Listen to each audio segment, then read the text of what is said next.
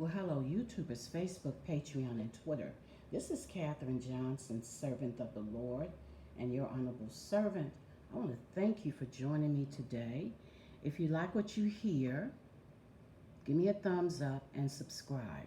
Well, we're almost toward the end of the book of Revelation. We're going to start today with Revelation chapter 21.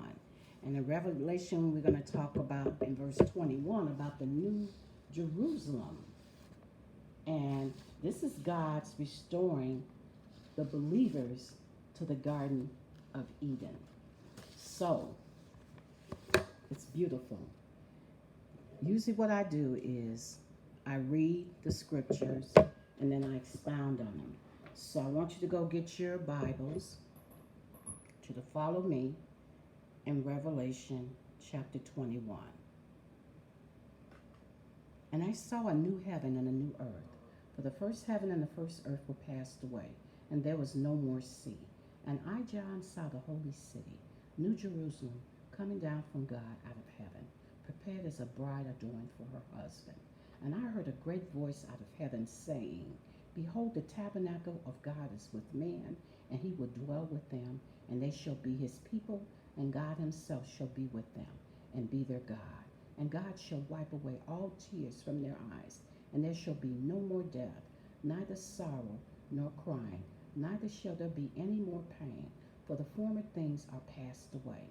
And he that sat upon the throne said, Behold, I make all things new. And he said unto me, Write, for these words are true and faithful. And he said unto me, It is done. I am Alpha and Omega, the beginning and the end. I will give unto him that is athirst of the fountain of the word of life freely. He that overcometh shall inherit all things, and I will be his God, and he shall be my son. But the fearful and unbelieving, and the abominable, and murderers, and whoremongers, and sorcerers, and idolaters, and all liars shall have their part in the lake which burneth with fire and brimstone, which is the second death. And there came unto me one of the seven angels, which had the seven vials full of the seven last plagues, and talked with me, saying, Come hither, I will show thee the bride, the Lamb's wife. And he carried me away in the spirit to a great and high mountain, and showed me that great city, the holy Jerusalem, descending out of heaven from God, having the glory of God, and her light was like unto a stone most precious, even like a jasper stone, clear as crystal, and had a wall great and high, and had 12 gates, and at the gates 12 angels, and names written thereon, which are the names of the 12 tribes of the children of Israel. On the east 3 gates, on the north 3 gates, on the south 3 gates, and on the west 3 gates. And the wall of the city had 12 foundations, and in them the names of the 12 apostles of the Lamb. And he that talketh with me had a golden reed to measure the city, and the gates thereof, and the wall thereof. And the city lieth fourscore, and the length is as large as the breadth. And he measured the city with the reed, 12,000 furlongs. The length and the breadth and the height of it are equal. And he measured the wall thereof 144 cubits, according to the measure of a man, that is of the angel. And the building of the wall of it was of jasper, and the city was pure gold, like unto clear glass. And the foundations of the wall of the city were garnished with all manner of precious stones. The first foundation was jasper, the second sapphire, the third a chalcedony, the fourth a emerald, the fifth a sardonyx, the sixth sardius, the seventh chrysolite, the eighth beryl, the ninth a topaz, the 10th a chrysoprasus, the 11th a jacinth, the 12th a amethyst. And the 12 gates were 12 pearls. Every several gate was of 1 pearl.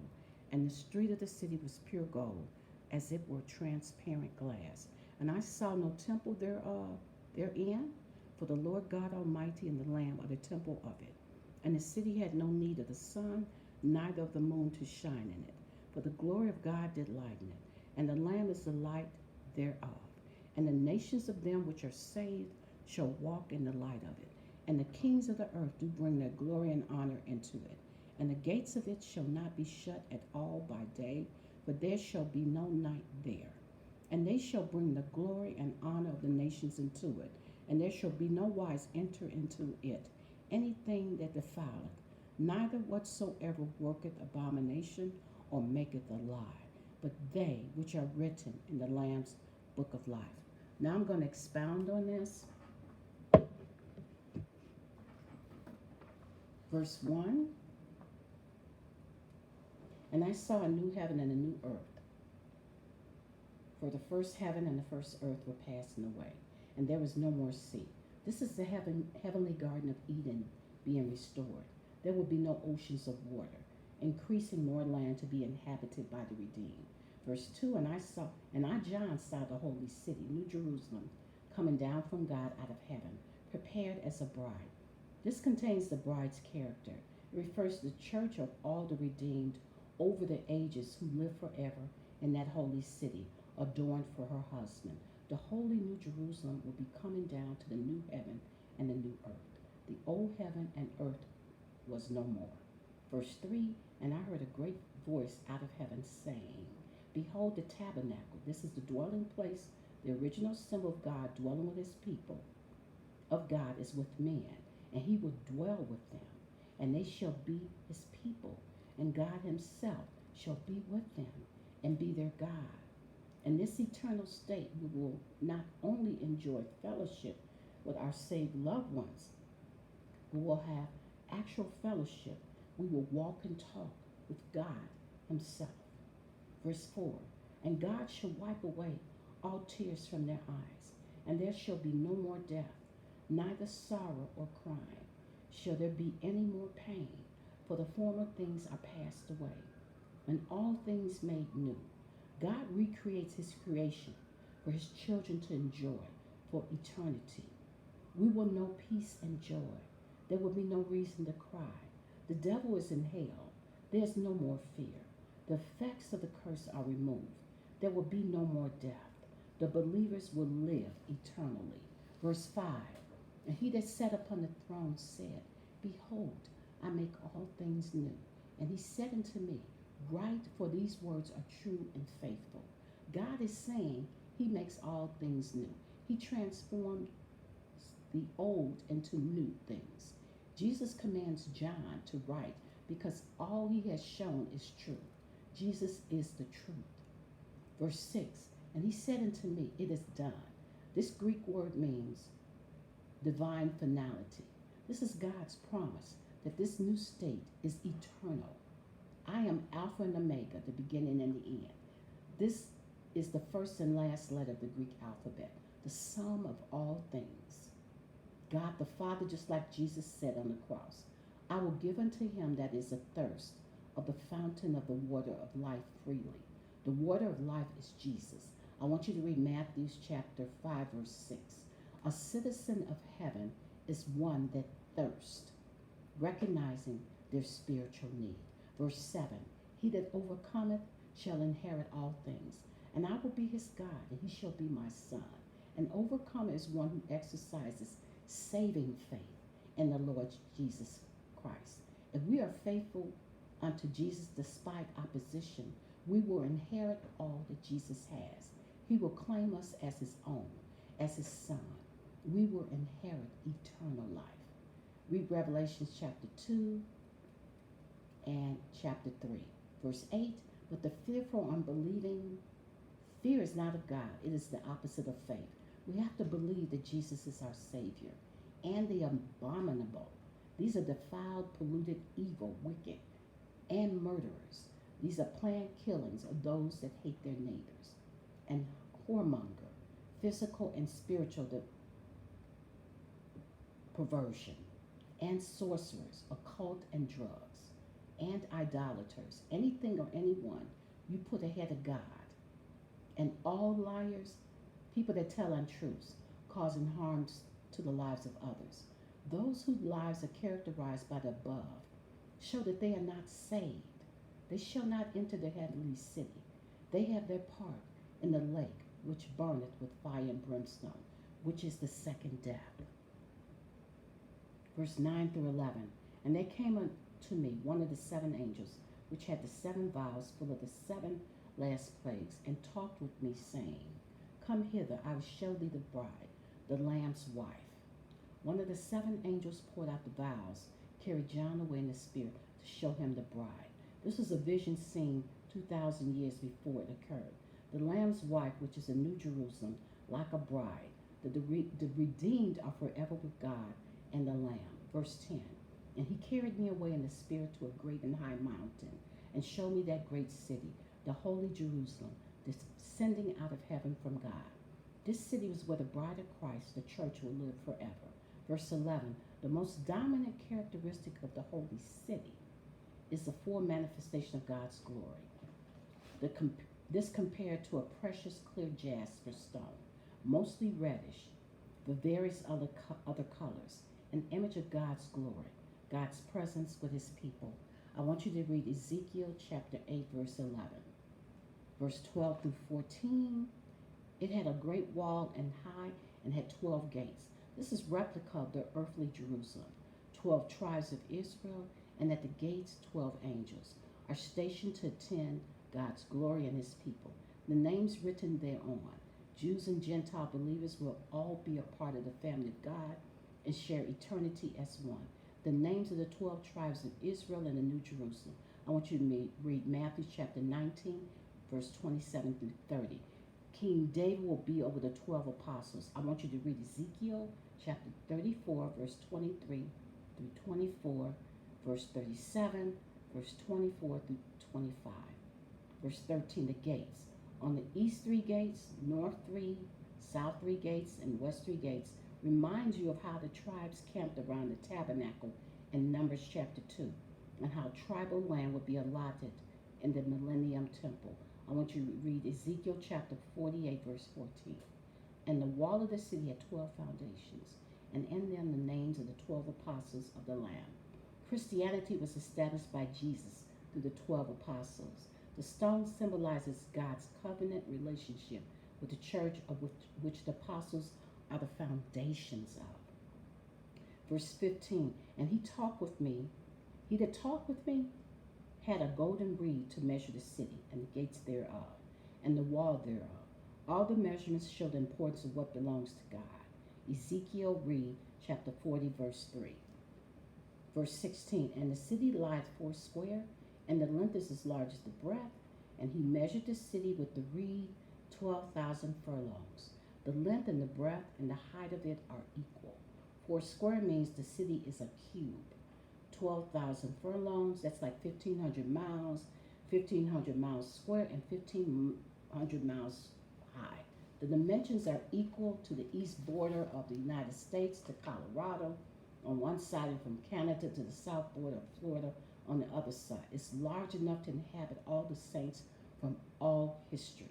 It's a size unparalleled, incomparable. Verse 17, and he measured the wall thereof 144 cubits, according to the measure of a man, that is of the angel. This was human measurements. A cubit is like 1.5 feet, times 144 is 216 feet across, wider than the walls of Babylon, which had chariot races. So you know this is a size unparalleled.